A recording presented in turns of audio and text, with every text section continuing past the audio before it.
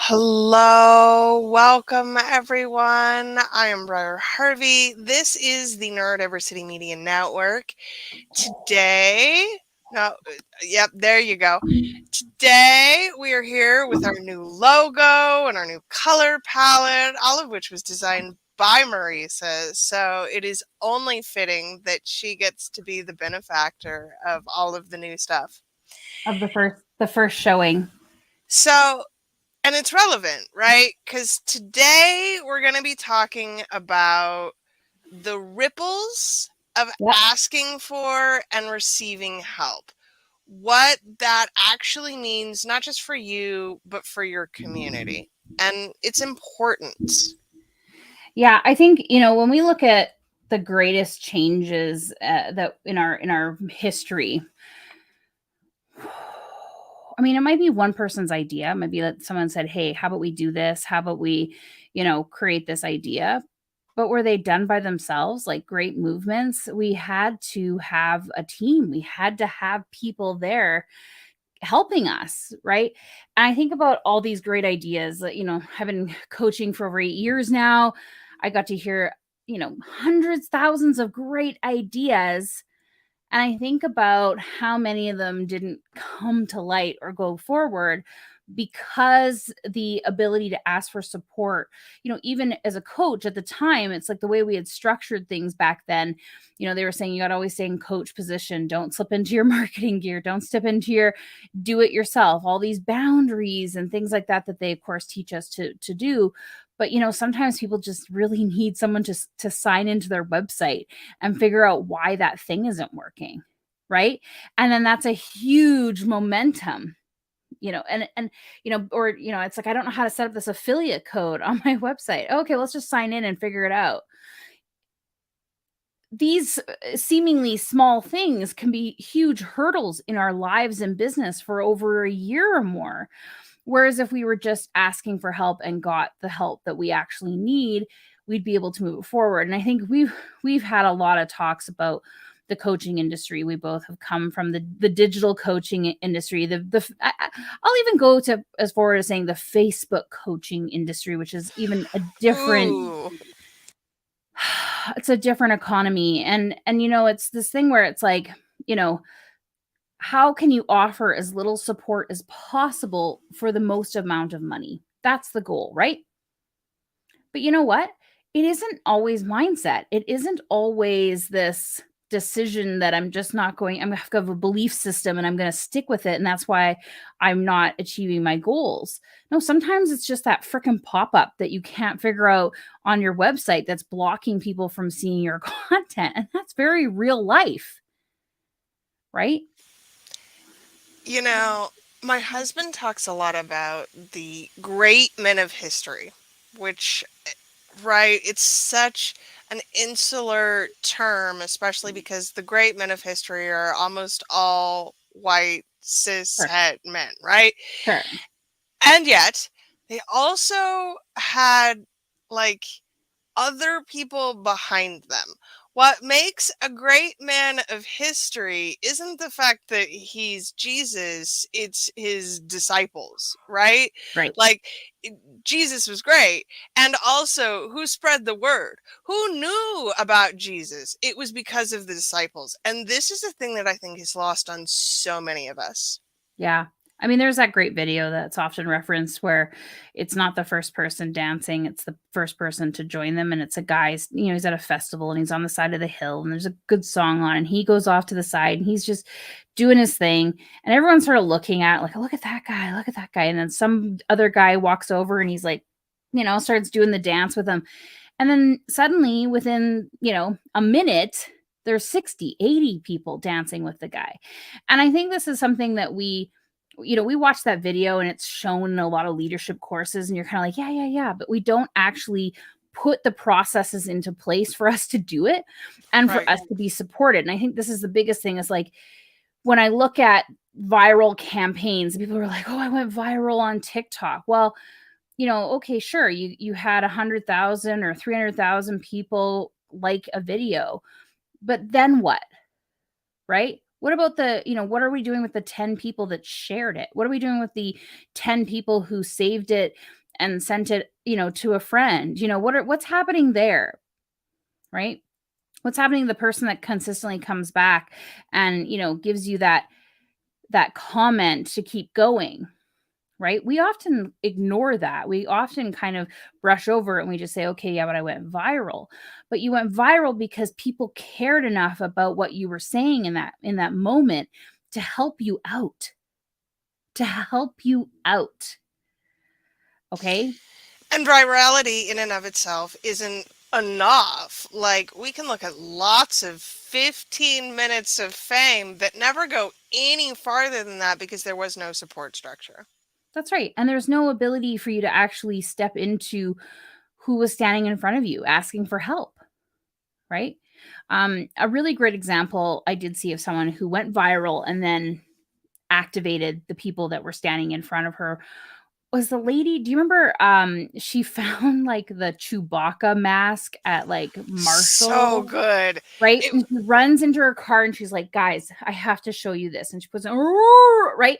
And she's just like laughing. Well, it was like the most shared video or something, the most in Facebook stream history. And so Facebook actually brought her to Facebook up to Menlo Park. And she was like, it's not enough. I don't want to be here for me. I want to be here to raise money. And she went out to those people, said, I love that you love this video, but you know what? While you're here, here's how we can actually do something. I can't do this on my own. I can keep making you laugh. I'll put this mask on as much as you want, but let's take this the next level and let's start raising money. Let's start actually coming together as a group. And I'm not saying that every time you create a piece of content goes viral, you've got to turn it into a feel good story of giving to others, but she recognized, she said, here's the things I need. She had like a website set up. She had a fundraising links. She had everything set up within 24 hours of said, here's how we're going to actually make this a thing. And I was like, wow. Wow. And she didn't do that by herself. No, That's what's no. key about this story, Yeah. is that she had some kind of community that she activated Yeah. and said, this is happening. I need help. Yeah. That had to be what And happened people there. were like, let's get you a domain, let's get you a website. They went together and it was all created. Yeah, she thanked people a couple days later. So thanks for getting us all together. And I thought, wow, okay, this is asking for support and then allowing her to do what she does best, which is laugh and make people laugh and and activate them and get them to share. She knew how to do that exactly, right? She didn't need to know the rest because she had a team of people who all of a sudden came through and said, we can make this into something else. And this is when we're looking at in our life and our business, it's like all these opportunities where we aren't set up to even ask or receive help, right? And we go out there and we might, I want to say this, and we've said this before, you ask for help, but it's not the help you really need. And you're not asking the people who can help you, right? There's a safety in being told no, right? And this is the danger that we don't always talk about, that safety of being told no. Well, no one helped me. No one could help me. No one could help me get this done. So this is why I'm here. And it's like you ask the people who were already overburdened. You ask the people who were already exhausted. You ask the people who didn't have the skills to help you. Twice yesterday, I had conversations about the ways in which Southern culture is very inculcated in the idea of competence, and that to ask for help clearly indicates that you are incompetent and therefore not worthy of receiving help. I think that's not just Southern culture, though. No, and I think a lot of people feel like they've got to help. Like, oh, there's this rule in Facebook groups that was really it's still here. I saw one, I joined one the other day and I was like, when I saw it in there. Give more than you take. Uh-huh. That's a horrible rule. It's really ableist, first of all, but it's also like, how do you even know how much I give? And how do you quantify what I give? We've talked about this before. I've told Catalyst members that they give by just showing up in the room, just even if they're completely silent. They give by sharing their wins. They give by, crying if they need to. Like they have value as just being people, as opposed to giving, as opposed to contributing in some measurable way. And for most people, they don't even have a way of quantifying what they do or what they give, right? People say, I'm not enough. Ugh, we can't measure enough. I mean, even invisible, not there Carrie had real value in the work. So this is a funny Catalyst story, but we had a member whose avatar got stuck in the room for Yeah. like several months, and we all knew that she was not actually there, Yeah. and it didn't matter. People were still grateful that that floating head existed in the room. Yeah, because it felt like you had somebody there beside you. I know we're gonna have to probably put a fake person in the corner again. It's just like, here's Bob. Bob's helping you co-work when no one else is around. And that's reality, right? And I think, it was very sad when fake Carrie finally disappeared. We had Briar and I had some small words to thank Carrie for fake Carrie for, her contributions and for being in the room. And and it was those kind of things like that was fake Carrie was very valuable to us, and very worthy and more than enough without ever having said a single thing, and I think these are things that we just don't talk enough about. We assume that you have to always be doing something, giving your time, giving your money, and it's just not true. Even supporting small business, things like, man, even if you never bought from me, if you just took 5 seconds and liked my post, wow, you have no idea the ripple effect that has. I always used to laugh like when Twitter was the thing. We used to always say like retweet RT, please RT this, right? And we'd put out some sort of call to action. And somebody, like every single time, someone was like, if your content was good enough, you wouldn't have to tell people to tweet it. And that's like bullshit. They don't, even if they thought it was good. If we don't tell people, if we don't give them a clear call to action, they don't. It's the old inertia, like a thing in motion. If it doesn't hit, we've got to be the thing in motion in order to activate other people. And that sometimes we have to tell them to retweet it, or we have to tell them to care, and that's the reality of our world. And it's not anyone's fault. I don't want people to think like, wow, I have to actually tell people to care about things that are happening halfway around the world. Yeah, you do. Because we're literally just going through the world. We're going through the motions. We're going through our to-do list. We're trying to make sure we don't forget our kids somewhere. All of these things that we have going on in our head, if we don't take a moment and say, here's why we should care about this, we don't. We just don't. And for me, there's a moment where, like, when I remind people, there is always, especially on YouTube, y'all, there is somebody in the comments saying something disparaging about, oh, does that work for you? Well, yeah, actually, it does work for me to remind people that I have a thing that I'm building over here. I'm sorry if you find my blatant self-promotion to be offensive, but in fact, I'm going to keep doing it anyway. Yeah, I mean, somebody posted yesterday, we were talking about this, you and I, about the abandoned cart emails, right? So it's like, do you appreciate when people email you after you've abandoned a cart? Well, sometimes it's creepy. Like I didn't put any information. How'd you get my information? But I start putting in my information, and I really love it when you send me a coupon.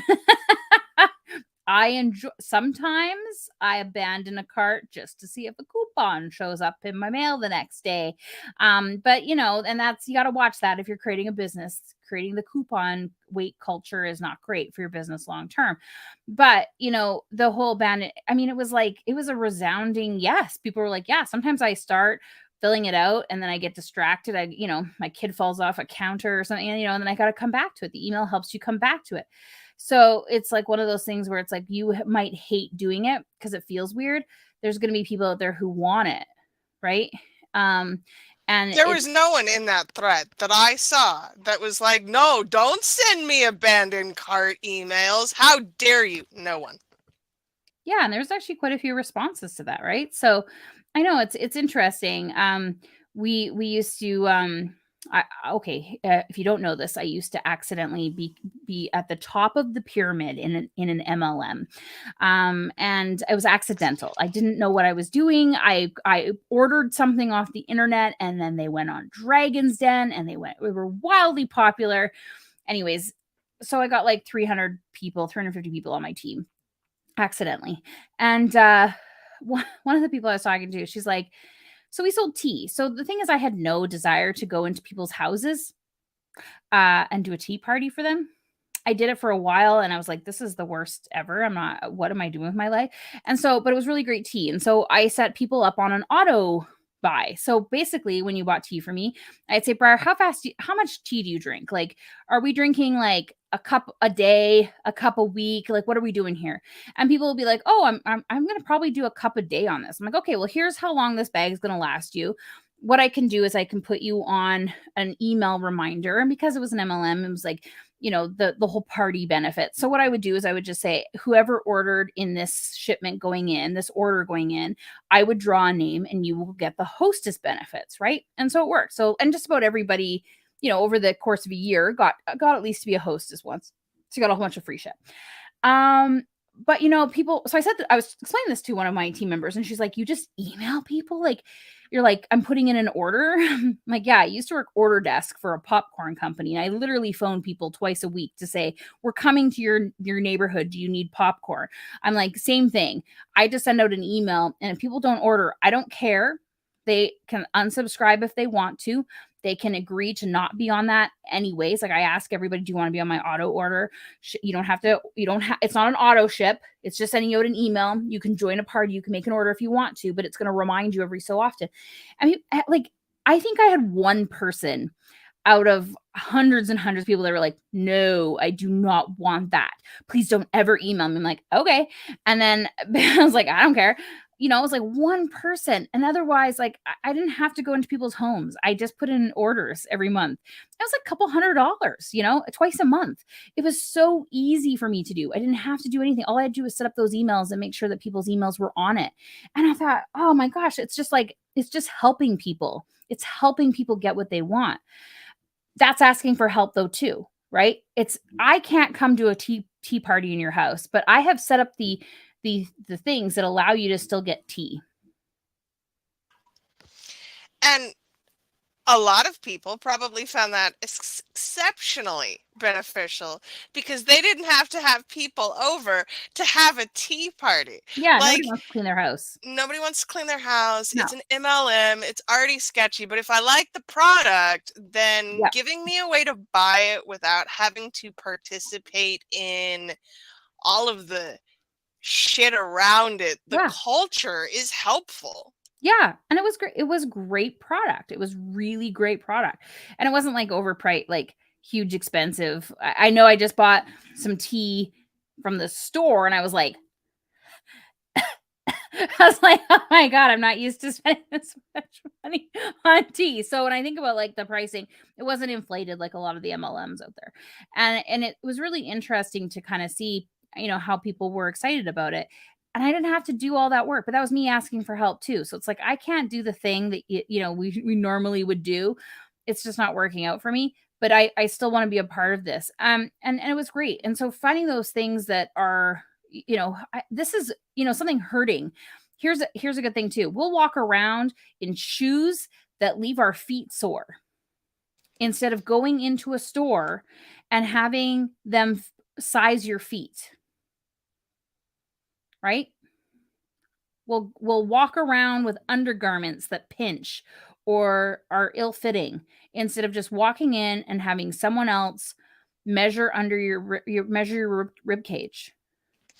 And that's interesting too, because there's a lot of body shame attached to that, Yeah. right? My feet are too wide, my breasts are too big, and I don't want to have an intimate conversation with somebody about this part of my body that I don't feel good about. I would rather deal with discomfort Yeah. than fix this problem. Yeah. So let's talk about the ripple effects when we do say yes. Okay. So let's talk about this. Well, I'll tell you something. I have met very grumpy people and I have asked them, your ginch is too tight, right? And you would believe how many people are like, actually, yeah. I'm like, you're wearing the wrong ginch. Your life is just a little grumpier because you're not comfortable. I joke, I had a friend who was like, I got a big interview coming up on Friday. Do you have any tips for interview? I said, first of all, wear full bottom underwear. I knew she wore thongs normally. And she's like, what? I'm like, when your ass is covered, you're covered. You will feel so good going in there. And she thought it was hilarious. Then she comes out, she's like, I was way more confident. I'm like, yeah, yeah. So those things of like being supported, whether it's your underwear, whether it's your in your business, whether it's like having really good friends, whether it's, having those things, like actually having that ripple effect, you're able to, I mean, not only just on a day-to-day basis, you feel good about your life, you bring more ease, but when shit does hit the proverbial fan, you're ready. You don't have to go try and scramble and find the support system when you're in the middle of it. Yeah. You're hitting the alarm button and people are coming to find and help you. Right. And I think this is what holds people back because they think, oh, I mean, you ask any insurance company, right? They thrive on this stuff. But in the reality of the world, like we should also be having support insurance for ourselves. Okay. Who do we ask for help? Have more than one friend with a truck on moving day. Okay. Have more than one plumber on speed dial. Have more than one, have your backup plans. Because when that happens, when you're in the pinch, you're able to handle it. You're able to, moderate it. You're able to bring into it without this kind of disaster. It could be very disastrous, but you've got your support system there that just helps it make it a little bit better. And again, this doesn't have to be hard No. because building a support network doesn't mean you're asking for help right now. You're actually storing up the possibility that I might ask you for help later. I made the mistake of putting out on Facebook and LinkedIn. Do you know anyone that does, I think it was like online ads, Facebook and Google ads? It was LinkedIn, and this was a week's worth of people. I had like 60 plus texts, phone number. I was like, how'd you get my phone number? Calls, email. I was like, okay, not happening. I'm never going to do this again. But I was like, okay, but I do want to find some people who are really trustworthy. Fast forward to this week, I've had 3 people ask me, who do you know that does online ads? Right? Here's a ripple effect.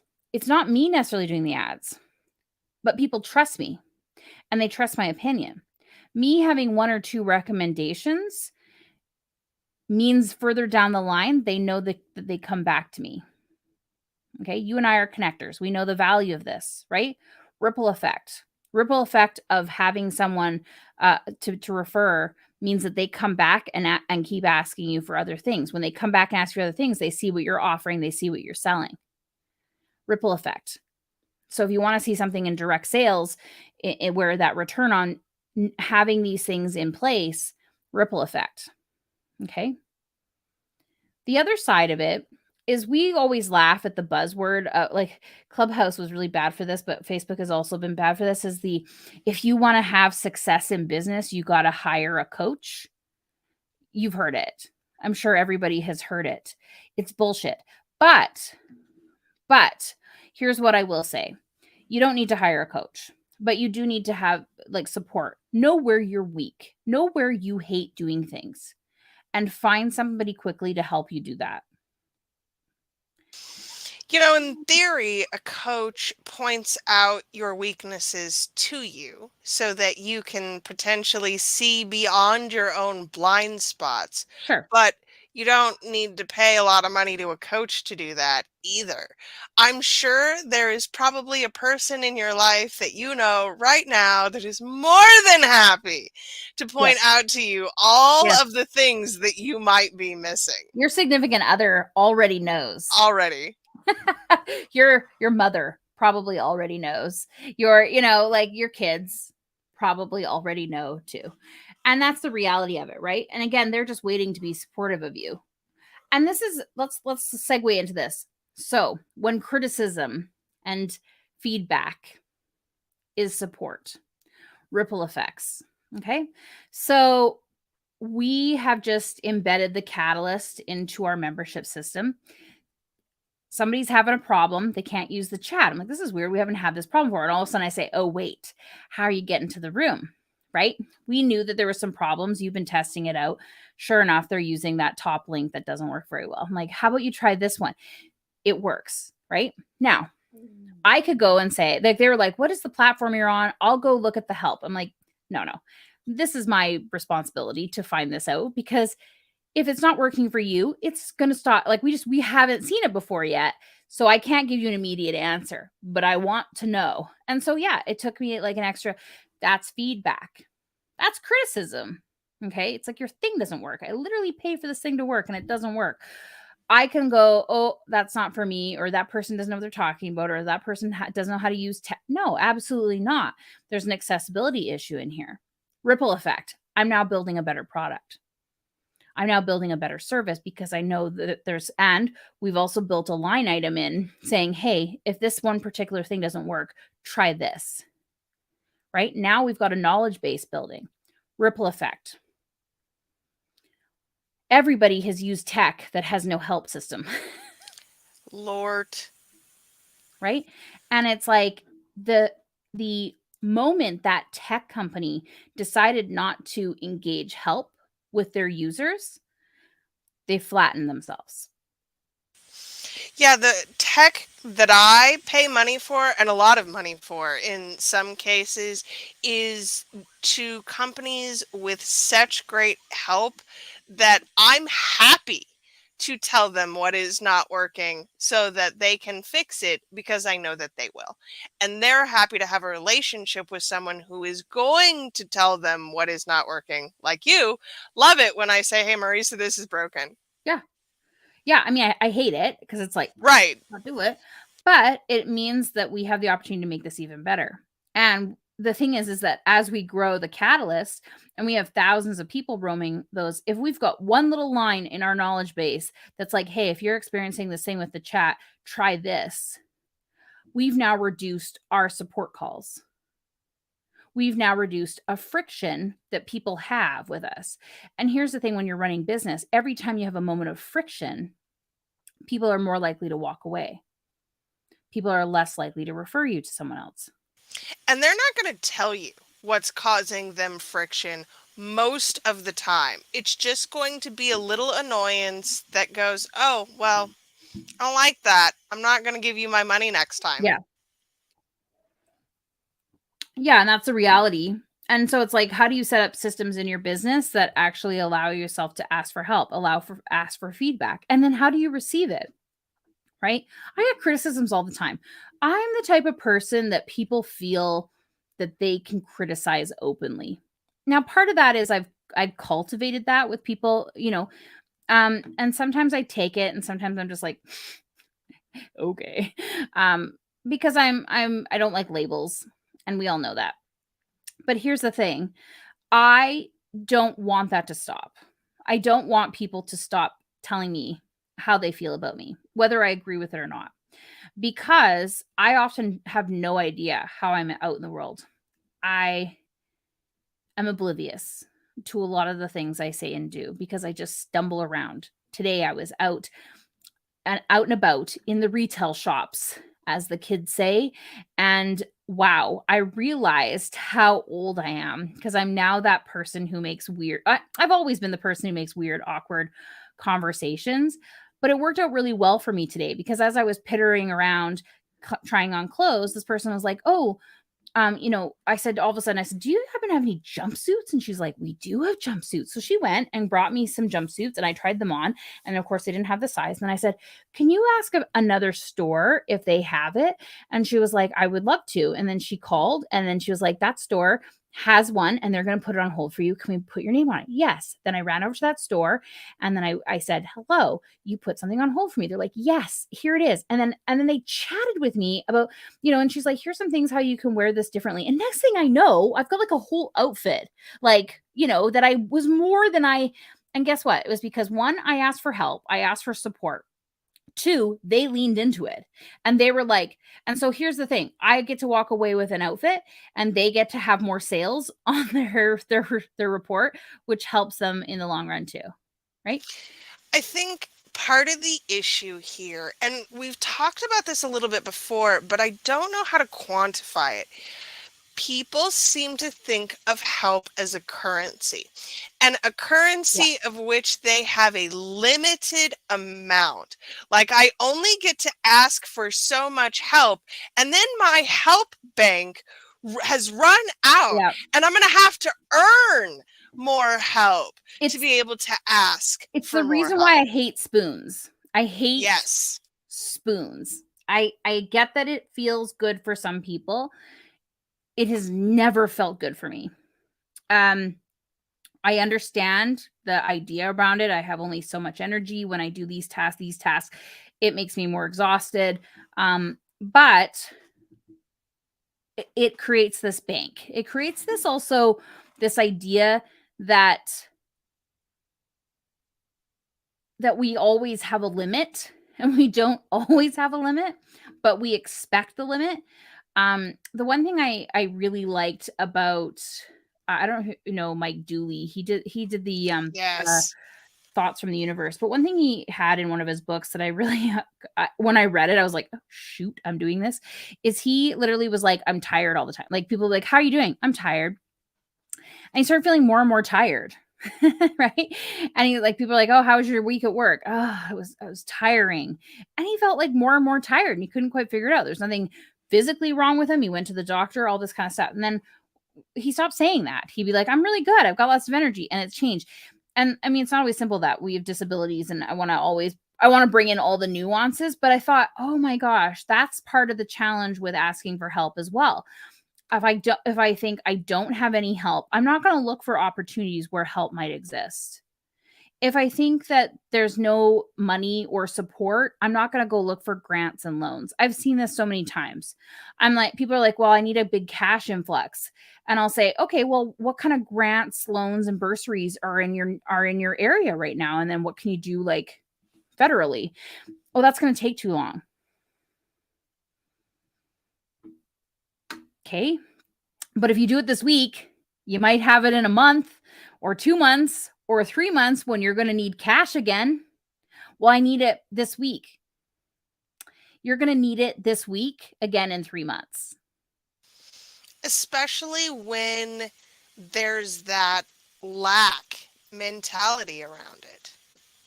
Yep. Yeah. I always say, let's sit down and do your SEO. And people are like, that's going to take too long. You're right. It is always going to take so long because you never start it. And SEO is a really good example of this because there are so many good tools, literally, that will walk you through it, be like, fix this, push this button over here, add this tag. That's your assignment for the day. If you just come back and do that a couple of times a week, hell, even once a month for half an hour makes a huge difference in your SEO. You're doing the daily thing in Squirrely, aren't you? Because I'm like, I'm also on day 11. Anyway, but I love it, right? It's right. Like, here's the thing you need to do. Well, if I kept putting that off, I'm never getting it done. That's asking for help as well, right? And so the ripple effects of not asking for support is, you are going to feel tired. Yeah, you are going to feel exhausted. Yeah, you're not going to have any resources when you really, really need it. The other side of it is that we've talked about this before. We often wait because we're taught this, that we have to be burned out, tired, and exhausted before we get help. We have to be at the bottom. Okay. We don't. Okay, we need to start going for the massage when we feel good. We need to start working with the coach when life is really good.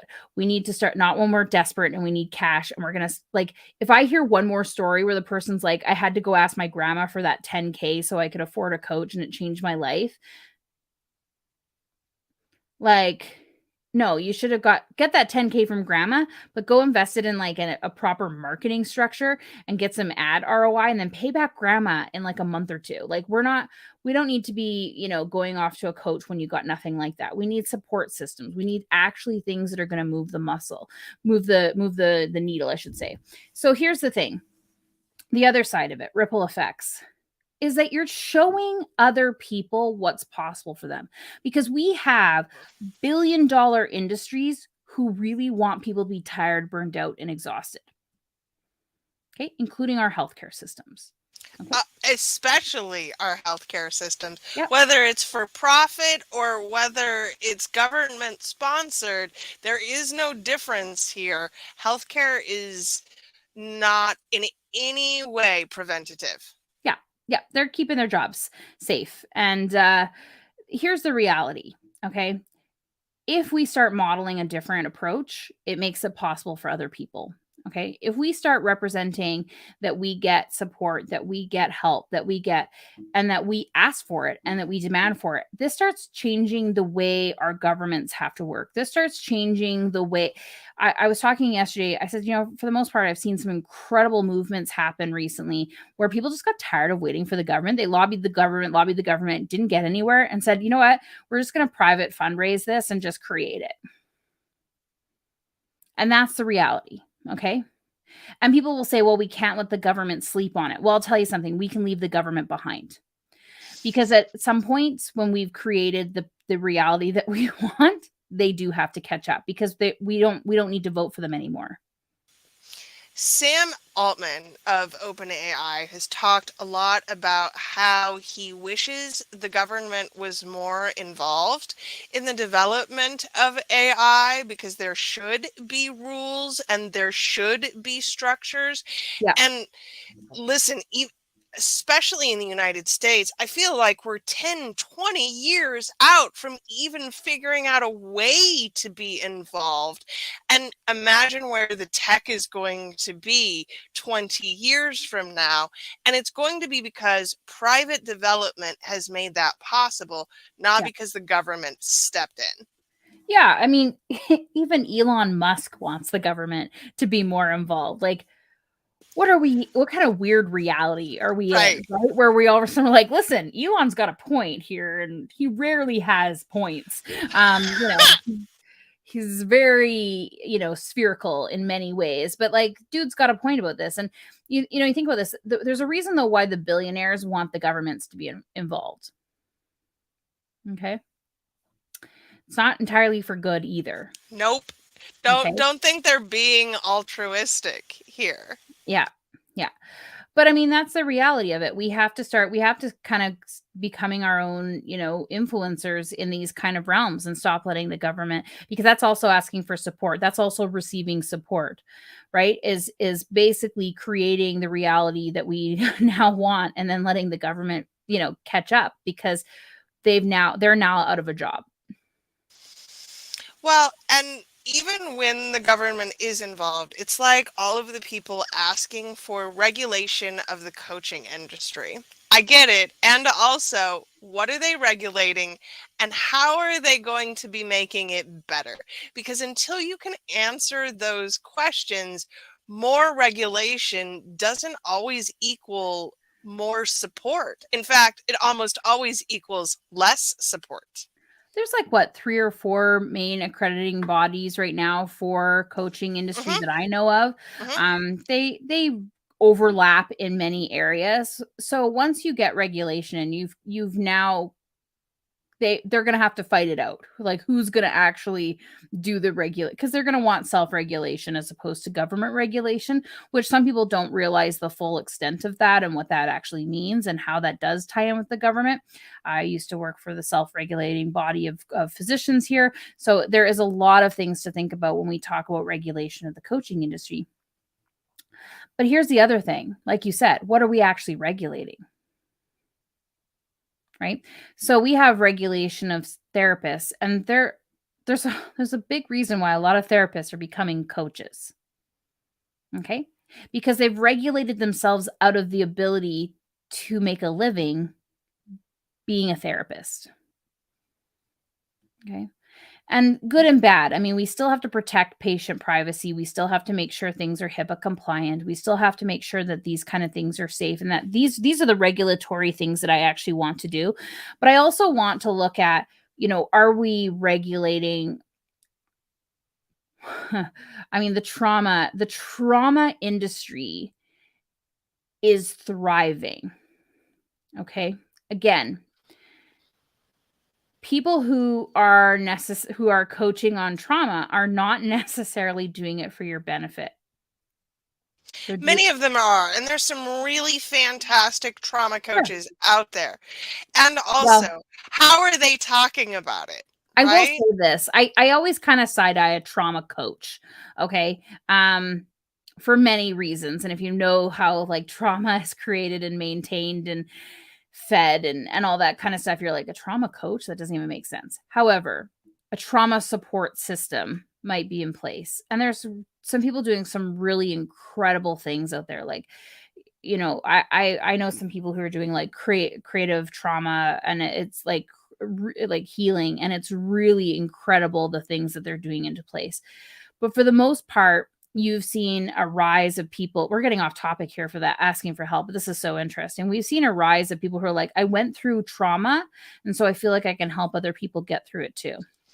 See, but I don't think this is off topic at all, because this particular phenomenon is part of why people feel like asking for help Yeah. isn't acceptable, because they've often gone to the wrong person Yeah.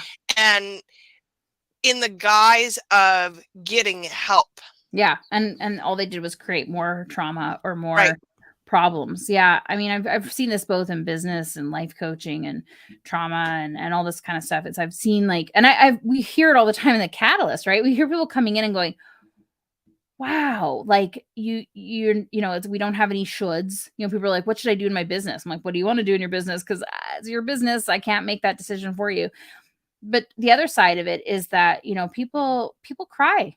People release a whole bunch of stuff in that room, not because we have trauma heal. It's just because we don't have these trauma things, and we don't have these like we're not like set up to be trauma support, but like people find it for themselves because we have the space to do it, or we are able to say, go to therapy, like, or go talk to your doctor about this, right?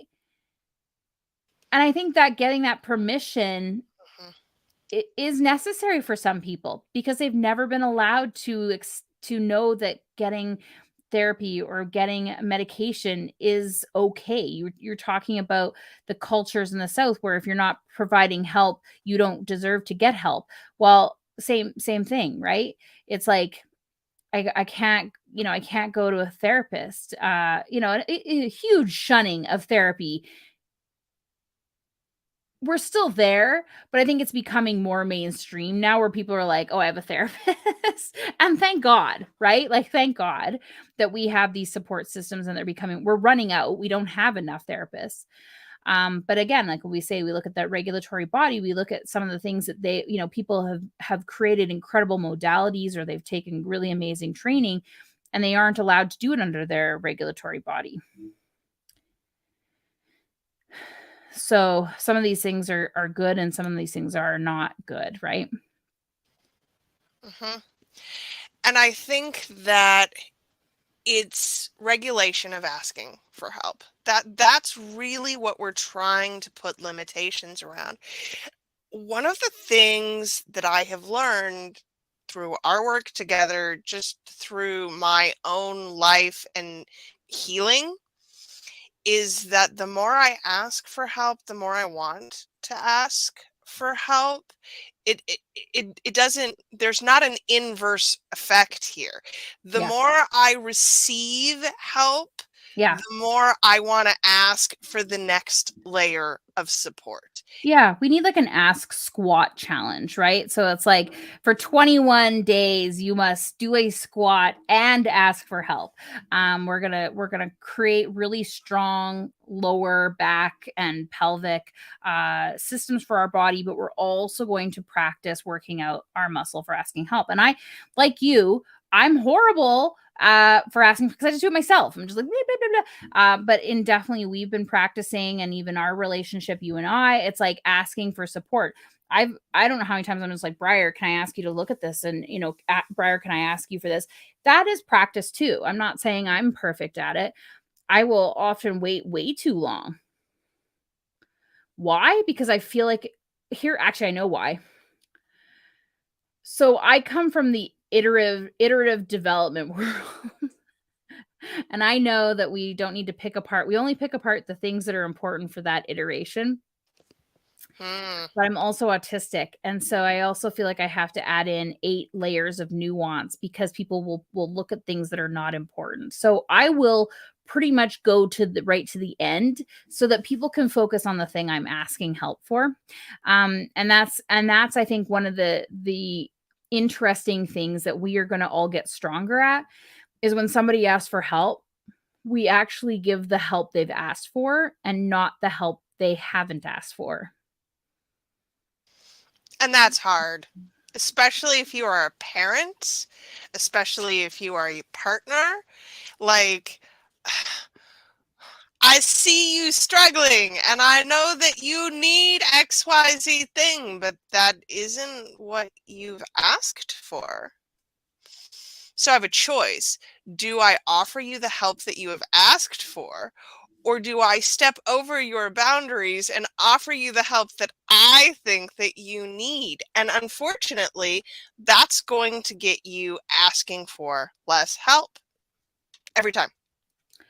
Yeah, or you really, yeah, because even if you don't recognize that the person has not necessarily given you like they're giving you what they think you need, is that you're like, oh, that didn't help.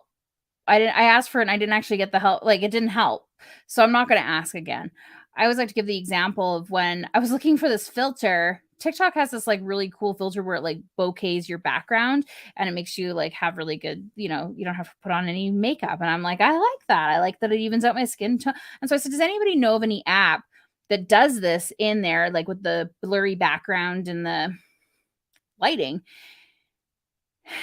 And instead of people giving me app suggestions, I got, and because I put a little clip of a video so they could see what it looked like. I got somebody who was like, here's a tip on how you can look more confident, which you could only imagine how I responded to. I was like, yeah, so actually, because her big thing was that I didn't make eye contact continually with the camera. And so it made me look like I didn't have confidence. I'm like, your determination of my confidence level is about you. And while I appreciate that you're trying to give me advice I didn't ask for, because if you look, I was not asking for confidence tips, I was looking for an app that provided the same thing. I'm going to tell you something. If you continue to watch my videos, you are going to be very disappointed in me because my eyes go everywhere else but straight ahead. If I want to, I can focus it, but that means that my content or my message might not be as clear because I'm using my focus there. I said, your ability to judge who is confident or not is a you problem, and it's not mine.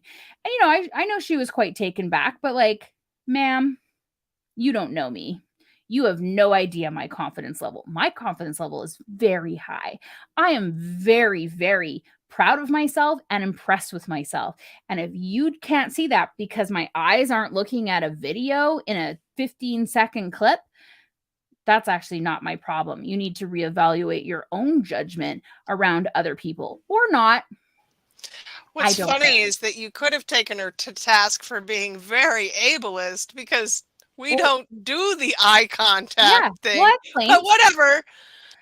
I explained that. I said, you've got a large population who are never going to look at you or the camera in the eye. So if this is your thing, if this is what you're selling, you better hurry up and adjust it. Otherwise, you are going to run out of audience. Or not. It's your Or not. business. You get to do whatever you like. So, how do we impact the ripples? Like, Yeah. How do we measure, or you mean like how do we? no, it's more like, okay, when you're skipping stones, right? Yeah. There's technique here. Yeah. I can make it just jump 2 or 3 times. If I get the right stone, if I throw it right, I can get that shit halfway across the lake. I know because I spent many years practicing this entirely useless skill. I think, a good way that we can do this is start to recognize where we are getting help. And this is somebody was talking recently about how someone was talking about how like their great modality that they created, but they didn't mention all of the coaches, mentors, term paper, like papers, theses, whatever, all this content that they had farmed their great idea from. And it was like, we should be citing our sources. We should actually be recognizing. It's something I'm trying to do really. Like, I try, even when I post on Facebook, like I'll say, Breyer was part of this conversation. Darcy was a catalyst for this idea. And the reason why, one, is I'm trying to show people that I'm not doing this all by myself. We just built a whole new Catalyst site, and we have 3 sections in there. You're one of them. And the 3 quotes, you, Veronica, and Biba, are all about the people in the Catalyst and not about me. And that's very important to me, because I think we do not show. We're so worried about plagiarism. We're so worried about, be like people taking away our credibility. We've got to be the leading expert. We've got to be the foremost expert. We've got to be No, it's like me and 50 other people contributed to this idea. And look what we got. It's a big part of what I do here. Obviously, I don't want to be the expert on everything. I want people to come in here and teach me and teach my audience. I prefer to not know all of the things, because that allows me to learn and grow and Yeah. change. And if I have to be the expert, if I have to know everything, Yeah. then I am fallible. Yeah. Yeah. And I think I don't care. Like, for me personally, I don't look and go, did you figure this all out yourself? Like, I know it's important to some people, and I love independent thought. I love independent creativity, but I also love where people are like, I saw this picture and I thought maybe I could make it myself. Cool. Right? And here's the differences. Here's where I went off the track. Right? That's where those like paint nights are fun, because you literally have this picture and a teacher's like showing you this masterpiece that they've created, and then you go and you do your own version of it, and the teacher walks around and celebrates all of your own individual paintings, and they all look a little different. There's nothing less value, like each of those paintings isn't less valuable because everybody went and did their own thing. No, arguably, we've learned something from somebody else and taken that skill and improved upon it. Yeah. The light bulb is not the original light bulb. Right. The radio is not what Marconi came up with. Like, and even Marconi got his ideas from somewhere else. It is just like, the more we start to recognize where things come from. And I mean, we're in the world of like where appropriation recognition is starting to become like, we got the internet. We literally have computers attached to our hands now. So you telling me you invented that, I'm going to go on the internet and I'm going to see where this idea has been appropriated from in the world.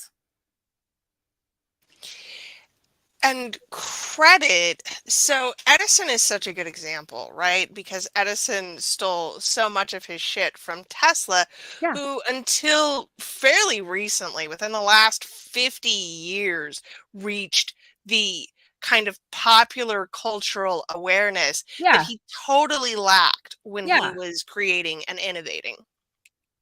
I mean, it helps when you got a car named after you and, who is it? Benedict Cumberbatch plays you, I think.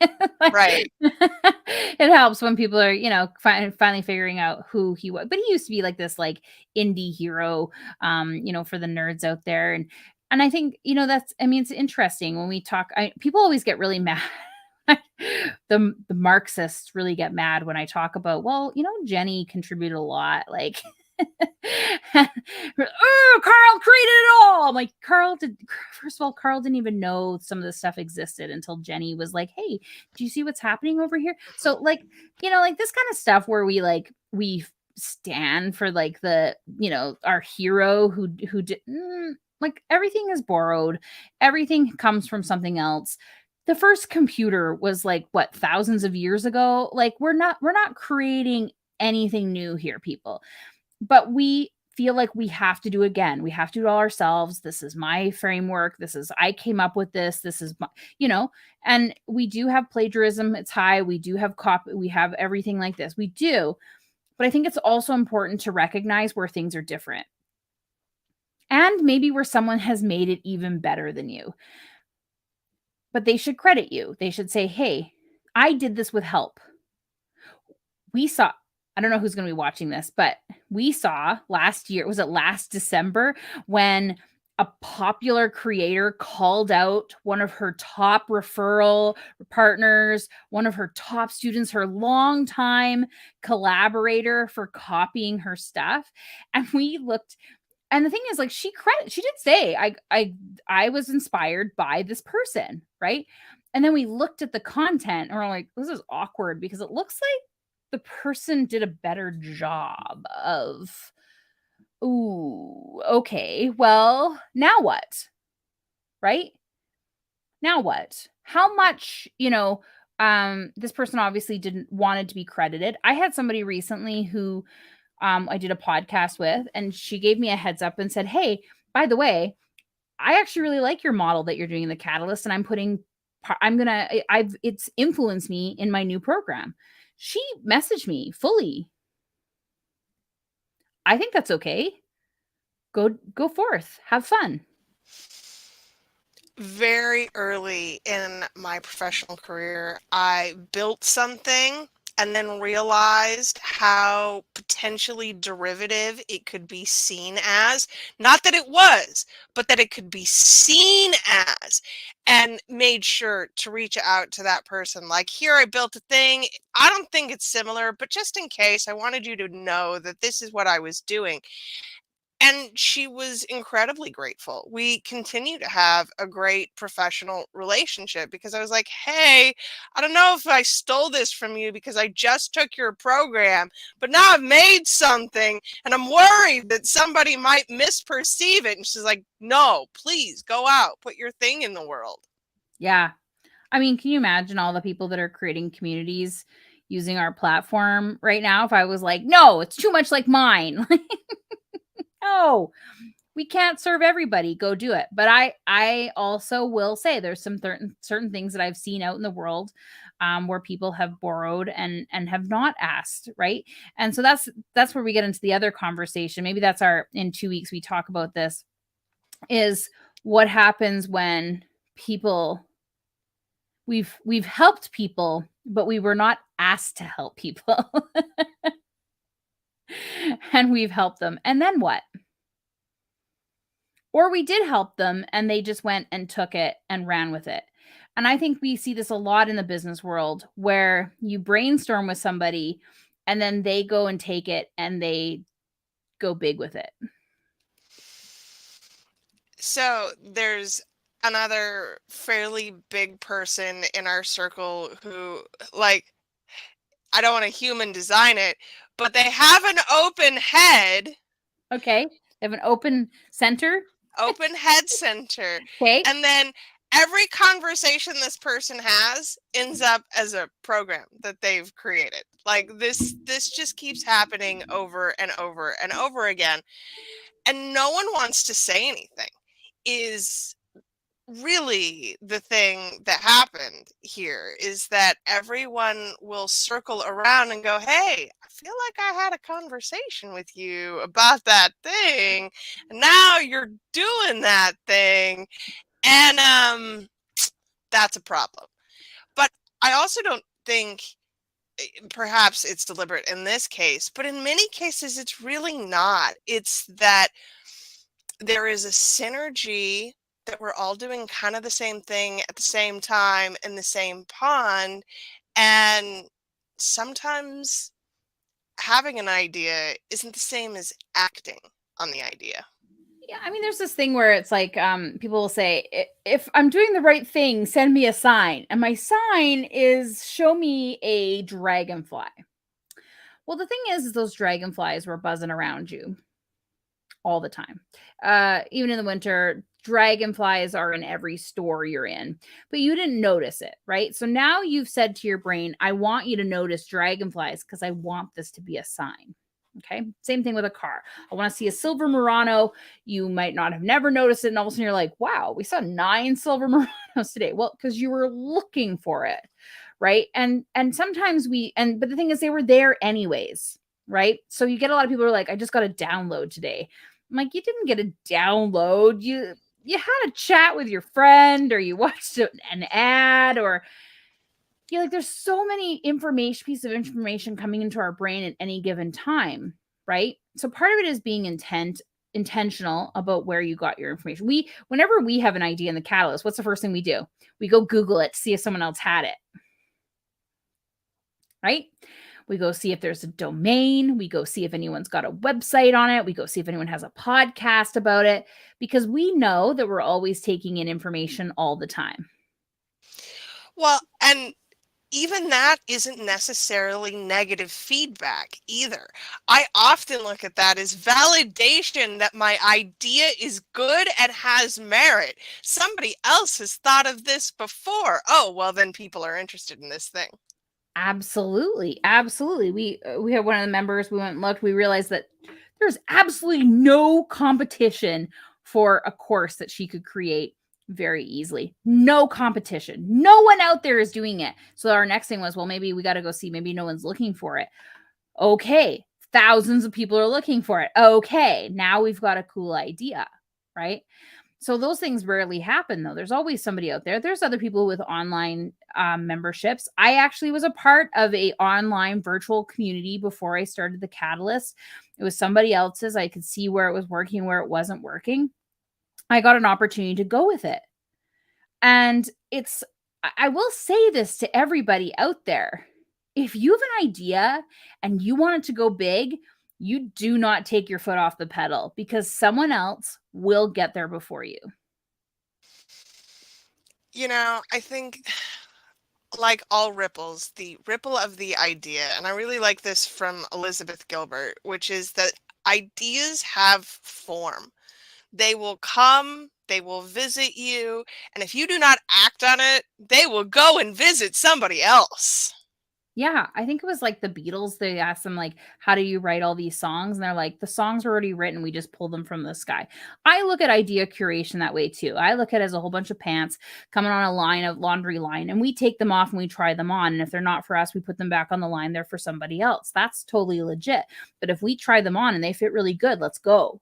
Because that idea could also be, somebody else could be trying it on at the same time. Right. And this is where, again, we come back to asking for help. So if it's a really good idea, we don't sit on it by ourselves. Okay. You go and you find a group of people that can help you flush it out really quickly. Find the weakness spots, find the strength spots, find the networking, find the grants, find the money, the investors, and you hit go. Having those people ahead of time and knowing who you can trust is essential. And I think that is, for me, I know that if I go viral tomorrow, the first place I go is the Catalyst. If something happens that I need to talk about, that's where I go, because there will be someone there to support me, to support the idea, and to be able to help me in the ways that I am asking for. Yeah, and if there isn't, we'll find them soon enough and we'll bring them in Right. because we're going pretty quickly. I mean, this is the thing is like, and whether it's, you've joined the Catalyst or you have your support system elsewhere, this is life or business, make sure you have these group people and know that they might be busy. And just because they're busy doesn't mean you don't ask again or ask someone else for that same thing, because that's the beauty of this. That's the beauty of being surrounded by, great support systems, is that it doesn't have to be on one person all the time, right? And so this is the ripple effect too of having that support system out. I always think like our spouses, our significant others, our partners in our life often get the brunt of everything. They're not meant to support you in everything. You're meant to have a bunch of people, because what happens is it wears it down. And I've seen some really like unfortunate breakdowns in relationships because of the heavy load all the time, right? But they're their own people. They're the own main character in their world. My favorite word is sonder, because it's the realization that you're the supporting character in somebody else's movie. Right. And I love that. But we often will just still bring all of this kind of heaviness and support needs onto one person. But the more people we have surrounding us, the more options we have for it. That's a ripple effect. Now we're helping them as well, so that they're not just the only ones supporting us. And the other side of it is they're seeing, again, that modeling of asking for support. We're not going to name names or call out genders, but this is, at least in my partnership, definitely true for my husband, who has spent his entire life seeing asking for help modeled as a weakness, and seeing me asking for help and getting it and not running out of a well of it has absolutely changed his view on asking.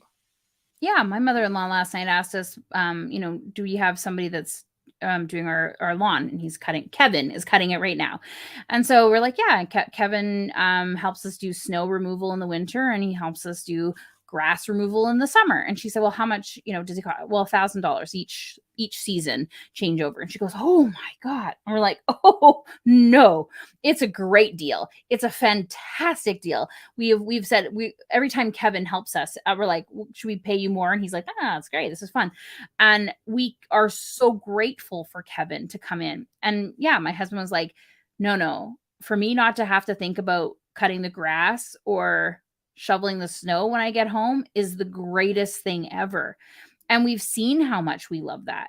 I asked Kevin, I'm like, Kevin, can you help me do weeds? He's like, no, I don't do weeds. And then I was like, that's okay, thanks.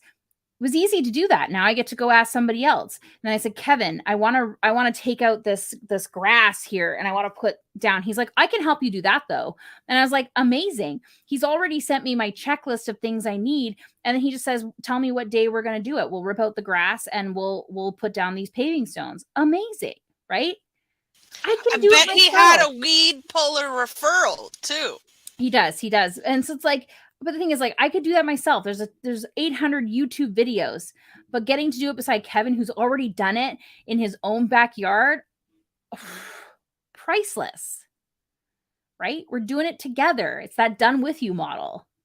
Hmm. So, y'all, if you would like to add yourself into Marissa's Done With You model, you can find my affiliate link at briarharvey.com/catalyst. And really, like, so much of its importance to me is the way in which it has created this community that I get to be a part of, that I feel like I belong to something. And honestly, for the late diagnosed autistic woman, that's a big fucking deal. I have always felt like an outsider. I have always felt like I don't belong. And I have managed to find this place where we're all just a little bit weird, and that's absolutely okay. Yeah, I mean, what a place to learn how to be like cognizant of other people's needs, other people's requirements, other people's like idiosyncrasies. Like we're in there, we know like so much about people, and it's like it's all okay, right? I think that's what people come in, they're like, well, this might seem weird. We're like, it's probably not weird. Unless you want it to be. You And want, we've probably had this conversation once in the past already. Like, yeah, the ways in which we feel supported in there. So this leads into my webinar announcement, right? So a couple weeks ago, I went in there. I'm like, hey, Marissa, hold me accountable. I have a thing that I'm writing and it's hard. And she says, well, how about we do it together? There was not even any question here of holding me accountable while I struggled to write the hard thing. No. It was. And then I was like, Briar, you know what we should do? We should actually make this at a webinar, and then you can record it, and then you can conclude as part of a pitch deck. We should create a pitch deck, not just a blog post. And then the greatest part is I was like, and then you can also be an affiliate for my Speak and Sell, which is a really great add-on to this webinar. So now it's recurring income for you. So as you go out and tell people about this, you have your affiliate link for Speak and Sell, which is so like now we've built a whole plan around me struggling with one difficult piece of content.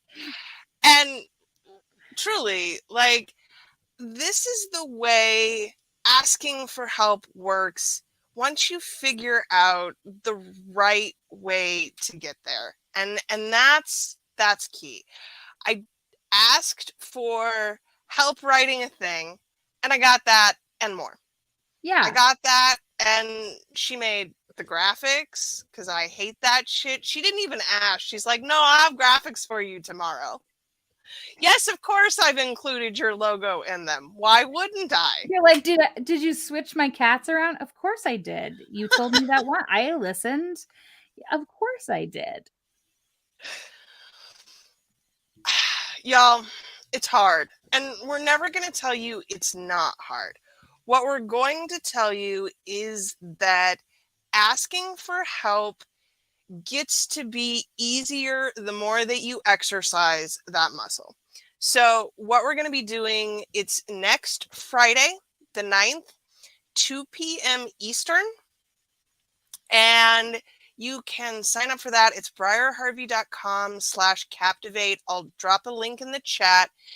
We want you to be able to come and learn how we are building media things together. Yeah. Like, so much of what Marissa and I have done over the last 6 months, a year, it's just been very organic. It's a, hey, I'm building a thing. You want to be involved? Yeah. And also, can we add this to it?